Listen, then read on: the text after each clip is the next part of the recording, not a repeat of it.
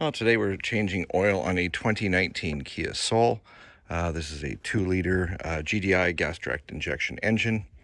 Oil, synthetic 5W30, and a Fram PH, what do we got, 9688 filter, which fits almost every single Hyundai and Kia on the market. But check the number, don't go by this. Anyway, first thing we got to do, we've warmed up the car, and I'm going to drain the oil back in 1 second. I shouldn't even have to jack the car up. We should be able to get under there without jacking the car up. 1 sec. Okay, so you see under the car here, Kia has provided, nicely enough, a little access hatch here for the oil filter. And there's 3 little push clips. You just push them in. 1, 2, where's the third one? And the filter is right there. Can you see it? It's black. And then right here, sorry, the little teardrop shaped hole, or sorry, no, behind that teardrop shaped hole is the oil drain bolt. So as long as you got an oil pan that fits under there, you can get to this pretty easy. Where is the filter? I can't feel it right now. Ah, there it is, straight up there. Oh, it's white. I'm looking at the bottom of the oil pan. It's got little ridges on it like an oil filter. I thought there we go. So we're simply going to unscrew the oil filter, unbolt the oil drain plug, and drain it into the pan. And hopefully my pan is low enough to get in there. I'm pretty sure it is. Back in 1 second. Okay, now I did jack this car up the tiniest little bit, maybe an inch, just so you could see in there. You can see the oil drain bolt with a 17mm wrench on it. And you can see that my bucket was going to clear, but you wouldn't be able to see anything. So let's hope the last oil change guy didn't use Hulk strength to put this on, which they usually do. Good God. There we go. Now I've got it loosened, I can pull my pan back and sacrifice my fingers to the Exxon Valdez that will be coming out.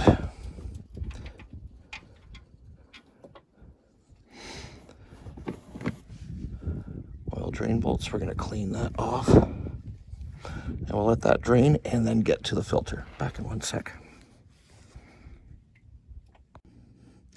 Okay, cleaned off the oil drain bolt with a lint-free rag. You can see there's a tiny bit dripping out still. But that never really... You wait for every single drop to come out, you'll be waiting forever. So we're gonna go stick, oops, the fill plug back in, or the drain plug back in.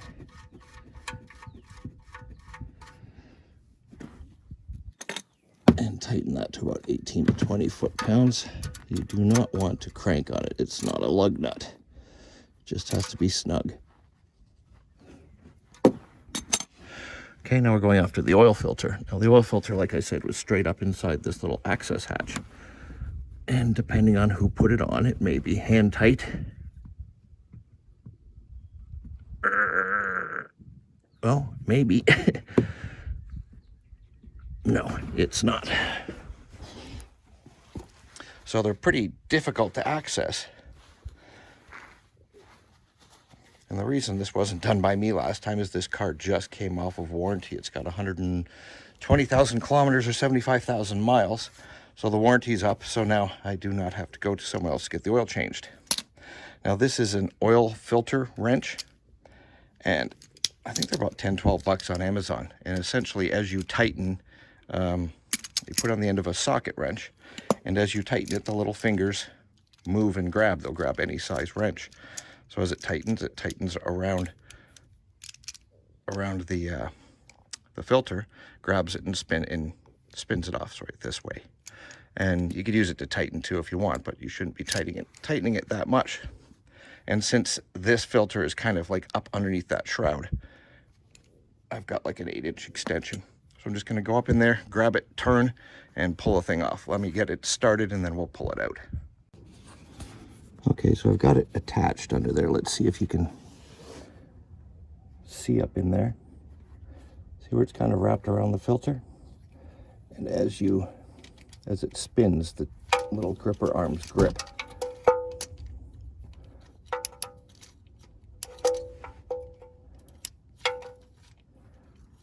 Very hard to do with one hand. Come on, one of the little fingers has to touch it so that it won't move anymore. Come on.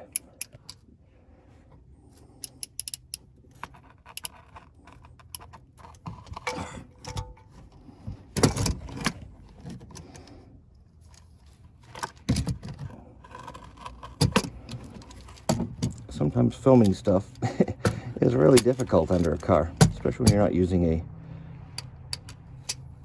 a hoist. But I'm trying to show you as you would do it at home. The average person would do at home who doesn't have a hoist.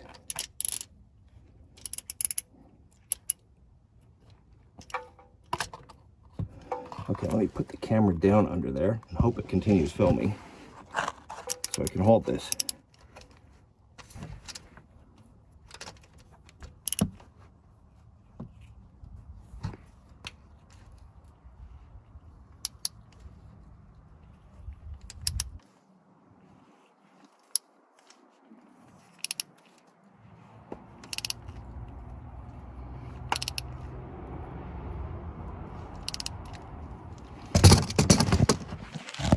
Now before any oil falls on my camera, I'm going to pull my pan underneath there and continue to pull that out. Now that I've got it loosened, I can pull it out by hand. I'm just unscrewing it. And the one thing you want to make sure, other than getting yourself covered in oil, is that the seal on the top, that little black gasket there, yeah, nice hands, huh? That little black gasket does not stay stuck up underneath.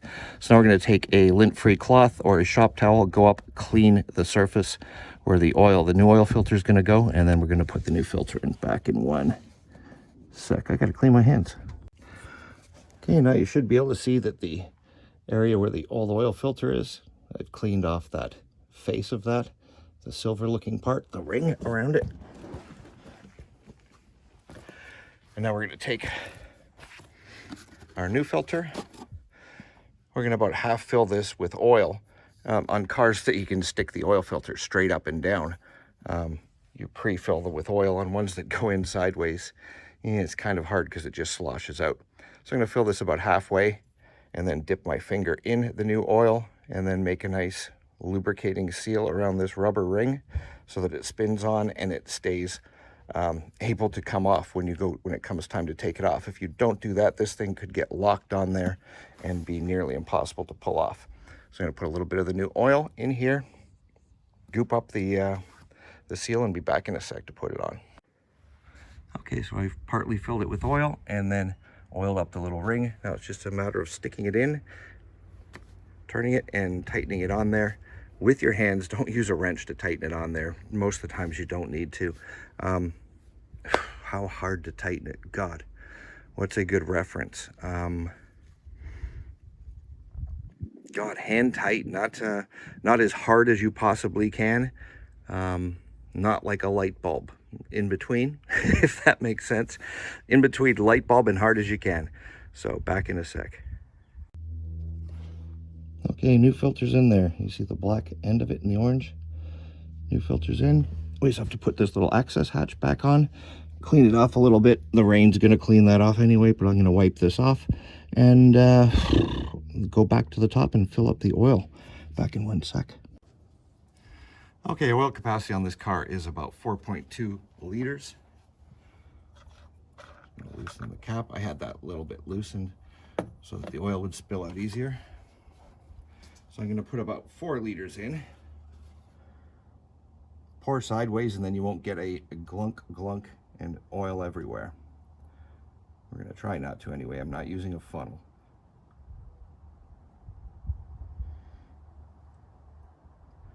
If you hold the bottle sideways like this, you won't get the glugging that will spill oil everywhere.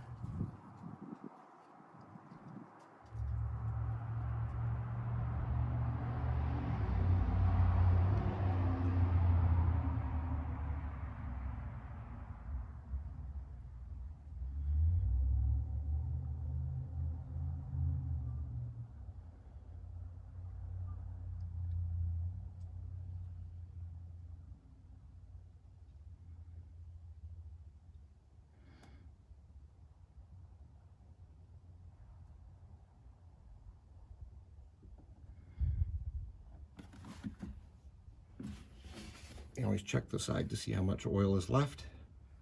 So there's 1 liter, so we want to take it down to about there. This is a 5-liter jug.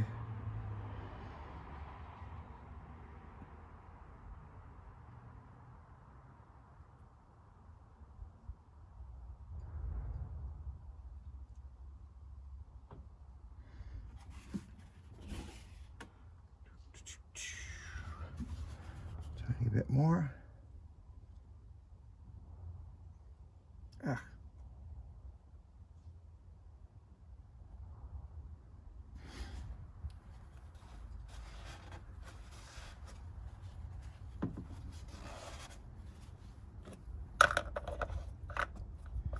I'll put the cap on, start the car, let it run for about 10 seconds. I can leave my oil jug there. Let it run for about 10 seconds, and then using the dipstick, check the level. Well, let it run for about 10-15 seconds. Let it sit for 1 minute, then check the oil level. Okay, the reason you let it idle for about 15 seconds is that it can disperse the oil throughout the engine and fill up the filter, and now you'll have a correct reading of how much oil is left. And then you let it sit for a minute or two so the oil that's in the cylinder head can drip back down into the oil pan, which is where you take your measurement from.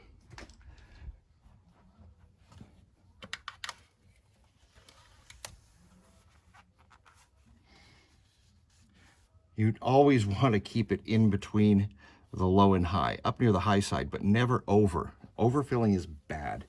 It will actually ruin your engine pretty quick by overfilling. Never, never, ever overfill your oil. I changed the wife's windshield wipers a couple weeks ago, and apparently I just left this one under the under the hood. She didn't even notice. You'll see there we are, about halfway up. I'm going to put about another 1/4 liter in there, and we should be good to go.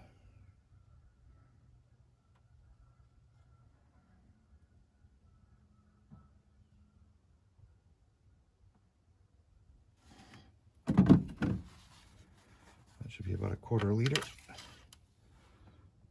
We're most of the way up the dipstick, and we are up not the whole dipstick, but the reading section. And now we have to go reset the trip computer so that it knows that we've changed the oil. Let me clean up and be back in 1 second.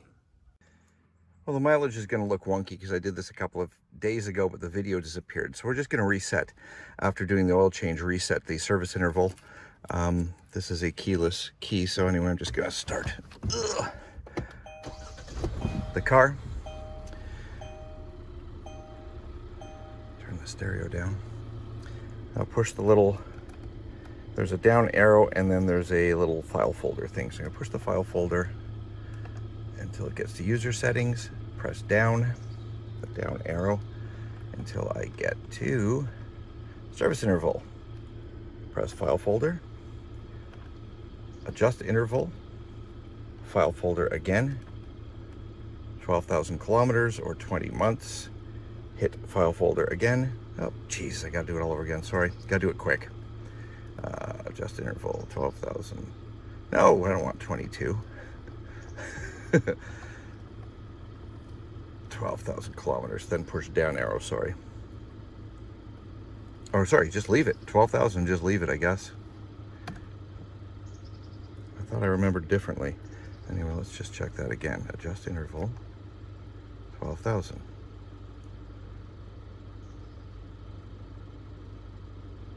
And that's it. Service interval has been reset. So 12,000 kilometers, because it's, this one goes 12,000 kilometers on regular oil. This is synthetic oil, so 12,000 is a completely fine service interval for synthetic oil. It's not the 1940s. You don't need to change oil every 3,000, 6,000 kilometers anymore. Anyway, thank you for watching. Please like, subscribe, comment. Thank you very much.